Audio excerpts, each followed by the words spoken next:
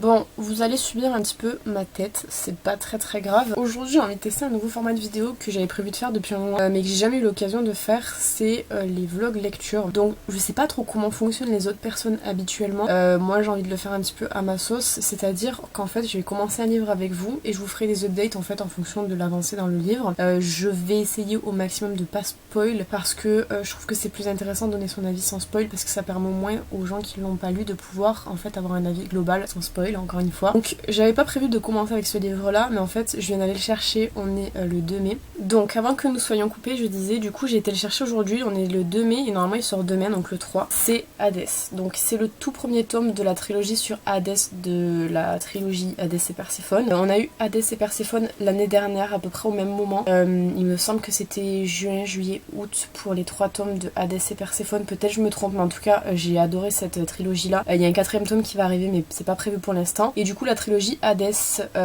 vise la même histoire sauf que c'est du point de vue d'Hadès. J'avais grave hâte qu'elle sorte et du coup je me suis pris le tome 1 qui sort demain et ça va être du coup le premier vlog lecture, comme ça on va pouvoir voir un petit peu ce que ça donne comme style de format de vidéo. En ce moment je suis en train de lire un Stephen King donc je le mets complètement en pause pour pouvoir lire ça et en fait esthétiquement parlant je préfère les versions Hadès. On n'a pas de glaçage sur les versions Hadès et Perséphone, elles sont dans ma bibliothèque, je peux pas vous les sortir. Elles ont un très beau, très belle couverture mais pas de glaçage. Donc je le commencerai ce soir, je pense que du coup je vous ferai un petit update demain en fonction de comment j'ai avancé. Bah dis donc, on est beaucoup dérangés là. Et du coup je disais, je vous ferai du coup un update je pense demain pour l'avancée de l'histoire, savoir si j'aime toujours autant et on va pouvoir lire ça ensemble du coup. Du coup petit update pour le vlog lecture de Hadès comme ça. Alors j'ai lu 60 pages, 62 pages actuellement. J'aurais pu lire plus franchement parce que j'étais à fond dans le livre mais j'ai dû faire autre chose. Ce que j'ai à dire pour l'instant sans spoiler évidemment c'est que évidemment ça reste toujours la même scène que dans Hadès et Perséphone mais du point de vue d'Hadès. Il y a plus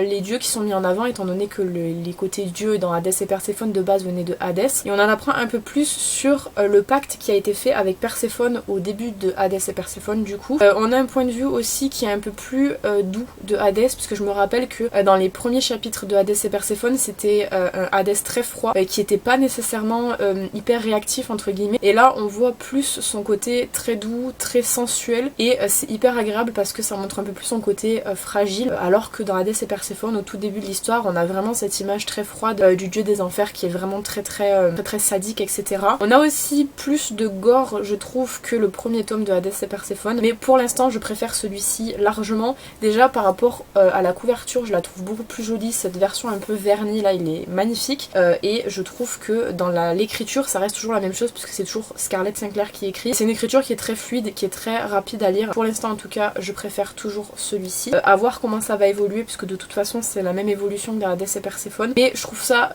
agréable d'avoir en fait un livre qui complète le premier livre de la trilogie Hadès et Perséphone. C'est tout ce que j'ai à dire pour l'instant. Je vous reprendrai quand j'aurai un peu plus avancé, soit demain soit après-demain, je sais pas encore. Petite update lecture du coup de Hadès, je me suis mis à la lumière naturelle juste parce que sinon il fait trop sombre. Je l'ai lu un petit peu hier soir, je suis rendue à la page 132. L'histoire avance bien et en même temps je trouve que c'est pas trop rapide. Ce qui est cool parce qu'en fait on a beaucoup plus d'interactions de Hadès envers des dieux, chose qui avait un petit peu moins du coup dans Hadès et Perséphone vu que c'était plutôt orienté sur l'évolution du personnage de Perséphone. Là Hadès c'est un personnage qui est déjà hyper bien implanté sur lequel on n'a pas besoin de donner plus de détails que ça étant donné que c'est un personnage qu'on connaît plus ou moins si on a lu Hadès et Perséphone. On a encore comme je vous disais beaucoup de mise en avant de différentes actions qu'il peut faire, actions qu'on n'avait pas mis en avant du coup dans Hadès et Perséphone étant donné que là à des moments dans Hadès et Perséphone on avait Hadès qui partait, on savait pas trop ce qu'il faisait etc. Quand on lit Hadès on sait ce qu'il fait, il y a beaucoup d'interactions avec d'autres dieux, notamment des dieux qu'on ne connaissait pas. Là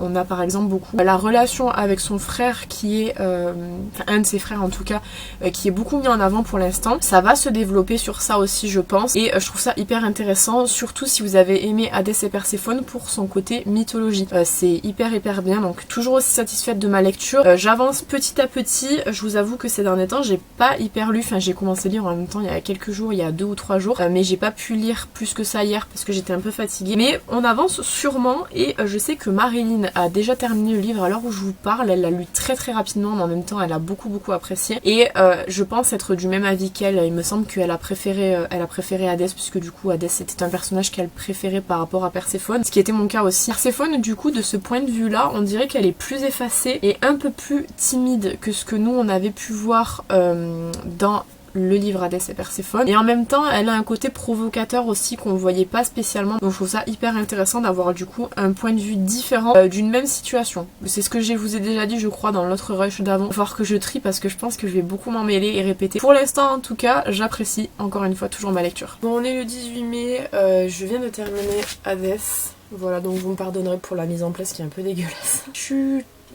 On s'en fout, on est là pour débrief. Donc je me rappelle plus trop ce que j'avais dit au dernier rush que j'avais fait parce que ça date vraiment beaucoup. J'ai mis très longtemps à le lire parce que je pense que je commence à rentrer dans une panne de lecture. Évidemment beaucoup de scènes de smut, mais c'est... Enfin je m'y attendais parce que c'est pareil dans Perséphone. Mais ce que j'ai beaucoup apprécié dans ce livre-ci, je lui ai mis 4 sur 5, donc c'est quand même pas mal. J'ai beaucoup apprécié avoir le point de vue d'Hadès parce que du coup en fait le livre est plus orienté sur la fantaisie que pouvait l'être Hadès et Perséphone. On a beaucoup plus de mise en avant de différents dieux, on en apprend un peu plus sur leur vie à eux également. J'ai beaucoup apprécié le fait que Hermès soit mis en avant étant donné que c'est quand même mon personnage préféré de Hadès et Perséphone. Et dans le livre du coup Perséphone, on l'avait pas trop mis en avant étant donné qu'il est plus proche de Hadès que de Perséphone. En tout cas au début du livre, ce qui fait qu'on a plus son point de vue à lui, il fait plus d'apparitions, on en apprend un peu plus sur lui. Et j'ai beaucoup aimé aussi la mise en avant d'Hécate, qui est un personnage que j'apprécie également beaucoup, qui est un peu, je trouve, mis en avant comme si c'était un petit peu une mère pour Hadès, parce qu'elle est vraiment très proche de lui, elle l'aide beaucoup, elle le guide beaucoup vis-à-vis de plein de situations, donc c'est hyper intéressant. Donc je pense que globalement, si jamais vous aimez plus la romance, Hadès et Perséphone sera mieux. Si vous aimez un peu plus le côté fantasy, celui-ci sera plus adapté je pense. Honnêtement, je pense que vous pouvez lire Hadès sans avoir lu Hadès et Perséphone. À mon avis, ça change pas grand chose.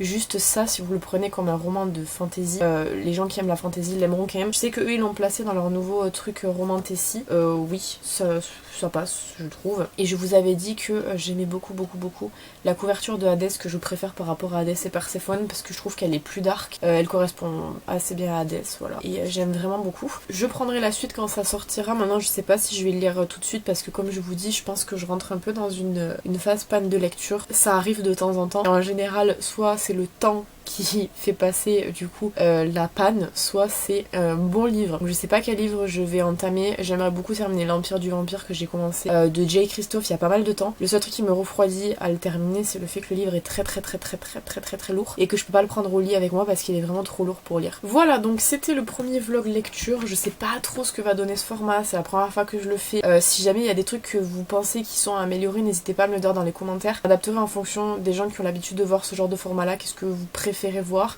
Est-ce que vous préférez donc du coup que je fasse un argumentaire plus long sur à chaque fois que j'ai terminé une session lecture? Voilà, je sais pas trop, donc je vous invite à me laisser du coup dans les commentaires s'il y a quelques trucs que vous pensez qui devraient être améliorés. Quant à moi, je vous retrouve bientôt dans une prochaine vidéo. En attendant, prenez soin de vous.